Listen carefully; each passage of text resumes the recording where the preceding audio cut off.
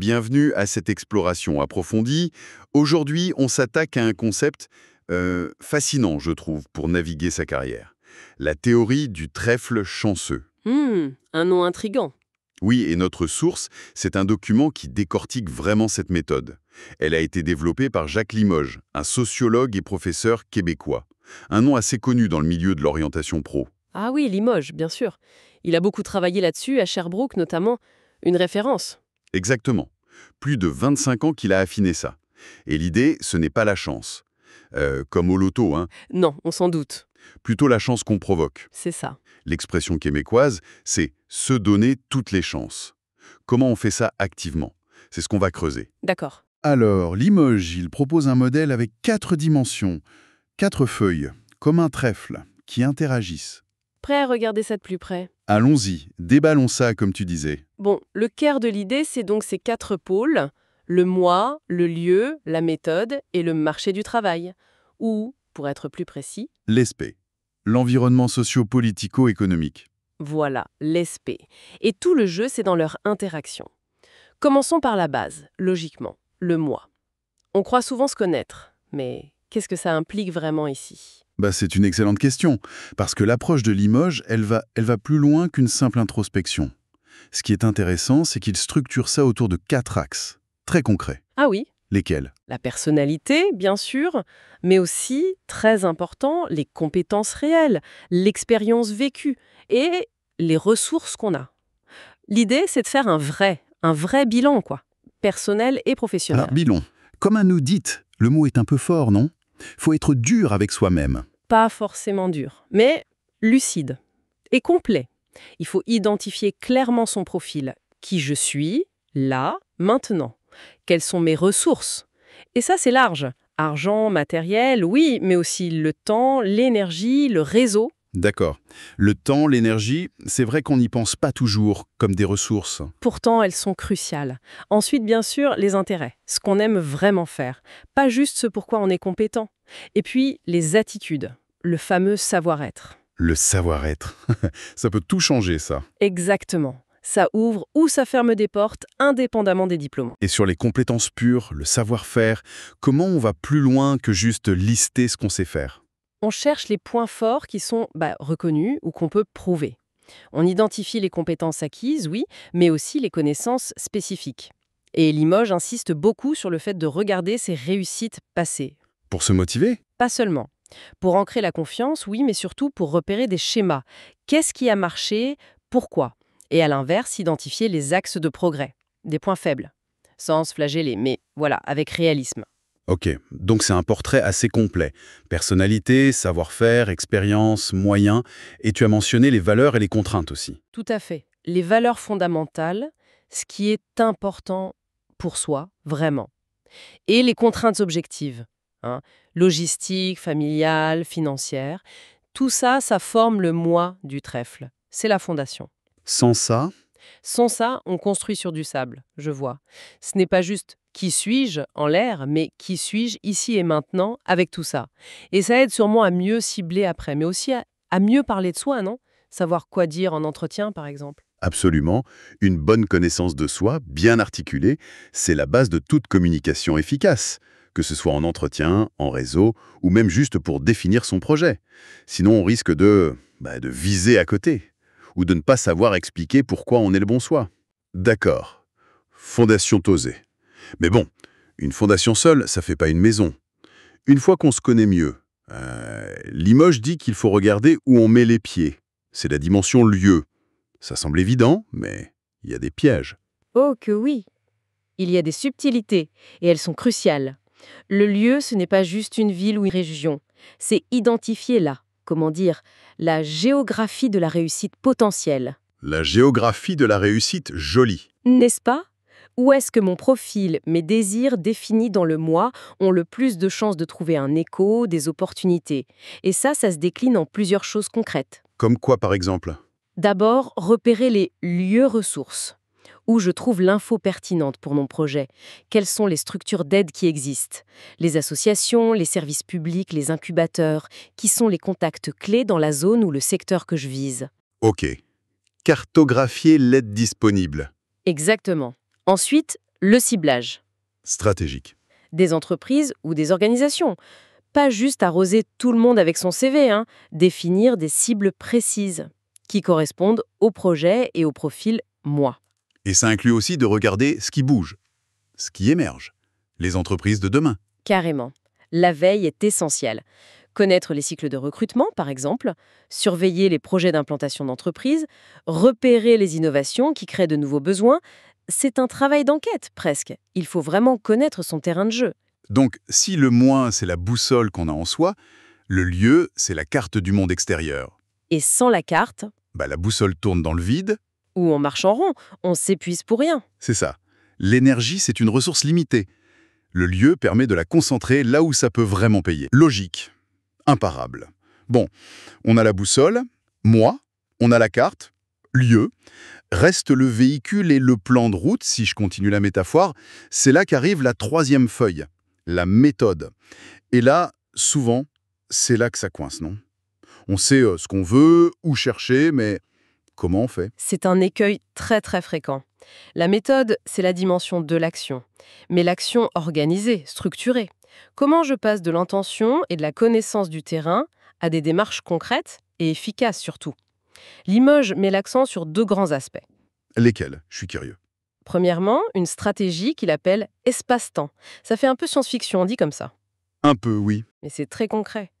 C'est définir un itinéraire pour sa recherche, quelles actions je vais mener, dans quel ordre, sur quel périmètre celui défini dans le lieu, et avec quel calendrier. Un vrai plan de campagne, je te disais. Ok, un plan d'action précis. Et le deuxième aspect, j'imagine que c'est là qu'on parle CV, lettre de motivation. Exactement. Les fameuses TRE, techniques de recherche d'emploi. Et c'est vaste. Savoir faire un CV qui parle vraiment au recruteur, pas juste un CV standard. Rédiger une lettre de motivation qui accroche, qui est personnalisée. Pas la lettre type qu'on envoie à 100 boîtes. Surtout pas. Maîtriser aussi les différentes façons d'approcher les entreprises. Le réseau, bien sûr, c'est souvent la clé, mais aussi les candidatures spontanées, si elles sont bien ciblées, les réponses aux offres. Et puis, gérer tout ça, le suivi des candidatures pour pas se perdre et évidemment préparer et réussir les entretiens. Ça demande de vraies compétences techniques, en fait. Ce n'est pas juste être motivé et envoyer des mails. Non, la motivation sans méthode, c'est une belle voiture sans personne pour la conduire. Et si on relie tout ça, une méthode parfaite, mais appliquée au mauvais endroit, lieu, ou par quelqu'un qui ne sait pas ce qu'il veut, moi, Ça marche pas non plus. voilà, c'est tout aussi inefficace. La méthode, c'est vraiment l'articulation qui rend l'action productive. Elle canalise l'énergie. C'est clair. On a donc le moi, qui je suis, ce que je veux, ce que je peux, le lieu, où je cherche, la méthode, comment je cherche. Reste la 4e feuille du trèfle. Et celle-là, elle est peut-être plus intimidante, parce qu'elle nous dépasse un peu. Le marché du travail et l'environnement socio-politico-économique. L'ESP. Comment on fait avec ce gros morceau? C'est un point crucial et souvent sous-estimé, tu as raison. L'ESP, c'est le contexte global, la toile de fond. Et contrairement aux 3 autres feuilles où on a une marge de manœuvre assez directe, Oui, on peut travailler sur soi, choisir où chercher, améliorer sa méthode. exact. Alors que l'ESP, lui, il est largement donné. On ne contrôle pas la conjoncture économique, les lois du travail, les grandes tendances. Alors, à quoi ça sert de s'en préoccuper si on peut rien y changer? Autant se concentrer sur ce qu'on maîtrise, non? Ah mais l'ignorer, c'est naviguer à vue. Il faut le comprendre pour adapter sa stratégie. C'est essentiel. Comprendre comment fonctionne le secteur qu'on vise, quelles sont les grandes tendances, les défis économiques, qu'est-ce qui pousse vraiment les entreprises à embaucher dans ce domaine aujourd'hui. Ok. Y a-t-il des aides spécifiques, par exemple? Quelle est la culture du travail qui domine? Est-ce qu'on demande plus de flexibilité, de mobilité?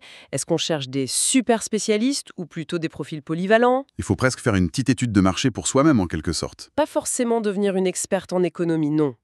Mais être une observatrice avertie. Surtout, analyser les besoins réels du marché, quelles compétences sont recherchées, là, maintenant, lesquelles sont au contraire un peu bouchées. Et comment on sait ça? La source mentionne le ROM en France, c'est un outil pour ça. Mais l'idée, c'est de comparer son profil, moi, avec ce que le marché attend. Et si on voit un décalage, eh bien peut-être qu'il faut envisager une formation ciblée, par exemple. Connaître aussi les conditions générales éthiques, les salaires moyens, les types de contrats les plus courants, les conditions de travail habituelles. Tout ça, ça fait partie de l'ESPE. Ça soulève une question un peu délicate. Cette analyse de l'aspect, parfois, ça peut être un peu plombant, non? Si on réalise que le marché est difficile pour ce qu'on vise. C'est possible, oui, mais c'est une information précieuse. Mieux vaut le savoir tôt. Ça permet d'ajuster sa stratégie, méthode, peut-être, de redéfinir son ciblage, lieu, ou même de réévaluer certains aspects de son projet, moi. Voir les choses en face, en somme. Exactement, l'analyse de l'ESP, c'est pas pour décourager, c'est pour éclairer les choix, pour augmenter les chances de succès en tenant compte des réalités. Ne pas en tenir compte, c'est foncer dans le brouillard, on risque de se prendre un mur. Donc ces 4 dimensions, moi, lieu, méthode et SP, c'est vraiment interdépendant. Comme les 4 pieds d'une chaise, quoi. Si un pied est plus court ou mal placé, Bah, toute la chasse est bancale. c'est exactement l'idée centrale de Limoges. L'efficacité maximale, ce qu'il appelle le point A dans son modèle, elle est atteinte seulement quand les 4 dimensions sont solides, oui, mais surtout quand elles sont alignées. En synergie, C'est l'intersection des 4 feuilles, le cœur du trèfle. c'est ça, l'intersection fertile. Et il mentionnait d'autres points, B, C, D. C'est quoi ça? Des cas où ça marche moins bien. Oui, ce sont des configurations où l'énergie est, disons, mal investie. Par exemple, le point D, c'est quelqu'un qui se connaît super bien, moi, qui sait ce qu'il vaut, mais qui n'a pas défini de lieu pertinent où chercher, ni de méthode efficace pour le faire. Ah, beaucoup de potentiel, mais pas de résultat concret. Voilà. Le point C, ce serait peut-être quelqu'un qui maîtrise super bien les techniques, méthode, CV parfait, super en entretien, mais qui les applique un peu au hasard, sans cible ni lieu ni projet clair, moi. Ça tire dans tous les sens sans toucher la cible. Exactement. Et le point B, ce serait celui qui a bien repéré un lieu super porteur, un secteur en plein boom, mais qui n'a ni la connaissance de soi, moi, ni la méthode pour réussir à s'y insérer. Je vois. Il manque toujours une pièce pour que ça fonctionne vraiment. C'est ça. Seule la combinaison cohérente des 4 dimensions mène au succès. Un succès durable en plus. Ça rend le concept très pratique au final. C'est pas juste une belle théorie. C'est une sorte de checklist dynamique pour piloter son projet pro. Se connaître soi-même, moi, savoir où aller, lieu, savoir comment y aller, méthode, et comprendre le contexte global, ESPE. Et, comme le dit la source, y mettre l'énergie qu'il faut aussi. Tout à fait. L'énergie est mentionnée comme un facteur clé aussi. Et ce qui est vraiment fondamental, je crois, c'est que cette articulation des 4 doit toujours revenir à la première, le moi. Comment ça? Eh bien, les stratégies de lieu, de méthode, l'analyse de l'ESPE, tout ça doit servir un projet qui a du sens pour la personne, qui est aligné avec ses valeurs, ses intérêts, ses besoins profonds qu'elle a identifiés au début. Ah oui. Sinon, on peut très bien réussir à trouver un job, techniquement. Mais est-ce qu'on construit une carrière qui nous correspond vraiment, qui nous épanouit? Pas sûr. L'efficacité au service du sens. C'est vrai, c'est une belle conclusion pour cette exploration du trèfle. Je trouve aussi. Bon, ça nous laisse avec une petite question pour la réflexion. Si on applique ce modèle du trèfle chanceux à sa propre situation, là, maintenant, quelle serait la feuille qui mériterait le plus d'attention, le plus de travail? Est-ce que c'est le moi, la connaissance de soi qui est un peu floue? Est-ce que c'est le lieu, le ciblage qui manque de précision?